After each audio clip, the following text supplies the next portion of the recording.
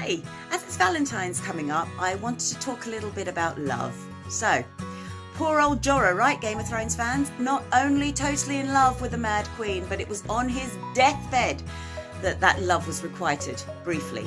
It's a bit like Eponine's little fall of rain in Les Miserables and most of my childhood crushes. Although, why I ever thought George Michael would know I existed, let alone return my lustful desires. And yes, I do realise now that never would have happened, even had Twitter been around in the 80s.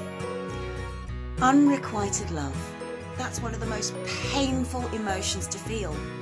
But the only emotions you ever have control over are your own. Showering the object of your affection with gifts, hanging round them, doing anything in case they change their mind, can put the nicer ones in the awkward position of letting you down gently again, and give the more opportunistic ones a hook you may later come to regret and resent. So, is it possible beneath all that to ever change the balance of unfulfilled desire to just good friends? Well, maybe that will open a debate here, but personally, I don't think so. At least not when that friendship is a cloak for the deep-rooted hope of romance. However, there is a different kind of friendship which is very possible, but I believe it's extremely rare, and if you have it, treasure it.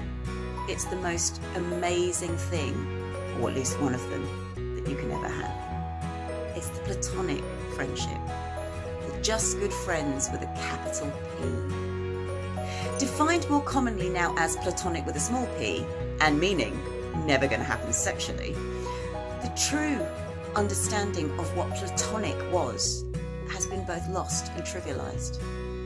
If you are lucky enough to have ever experienced a platonic connection, this can be as powerful and as rare as finding your long-term romantic partner, soulmate, or lover. Platonic love derives from Plato's Symposium, a story of a banquet where the philosophers discussed their views on love. In this banquet, Diotima explained that love, the romantic kind, was an appreciation of beauty notably sought in earthly form, often through the pursuit of a mate, followed by the bearing of children, in order to propagate that beauty.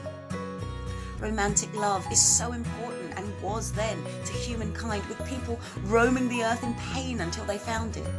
However, there was also another kind of love, the love of spiritual beauty, knowledge, wisdom, or simply a pure meeting of minds.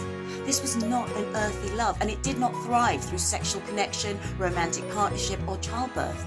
It was a bond of a different kind, and that was the love that became known as Platonic with a capital P.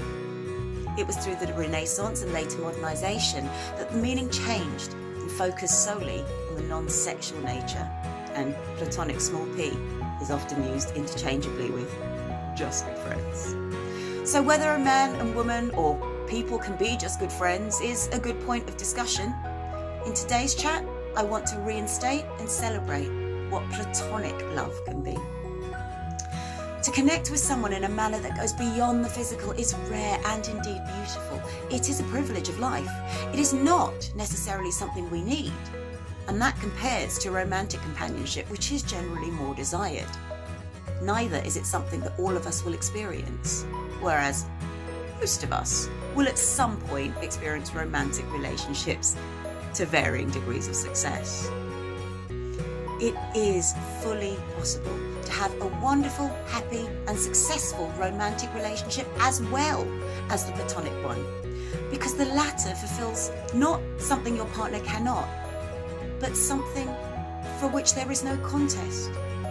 Both play a different role in your life. It is also possible to have a platonic and romantic relationship with the same person, with the exception that relationship will often be sexual as well. But platonic, capital P, does not require the element of sexual intimacy. Romantic often does.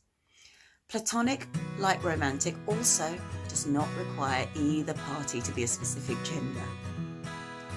The main requirement of platonic love is a deeper, more spiritual connection. For Plato, it is the foundation of a relationship that can mend human nature, the spark that inspires each person in that relationship to be a better person for themselves alone, or perhaps for their own lives, for their own romantic partners. It has a different reach to romantic love because it doesn't bring expectation, nor does it bring commitment to that relationship as a team. In many ways, platonic love is quite selfish. The benefit you derive from that love is for you, although your platonic love in return benefits that platonic friend for them. Platonic love provides a level of honesty which can go beyond that in romantic. It can be brutal. The reason for holding back in a romantic relationship is our desire to protect our loved one from deep hurt. Romantic love is human. Elite Daily said, if you loved someone romantically and they killed somebody, you would help them bury that body. However, if you love someone platonically and they also killed somebody, you were probably there to help them do the deed in the first place.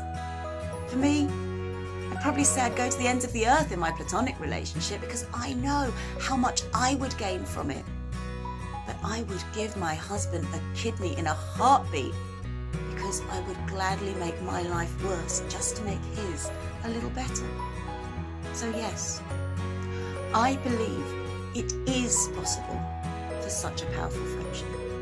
But this does not stem from unrequited love. And if you are lucky enough to have that platonic relationship, good for you.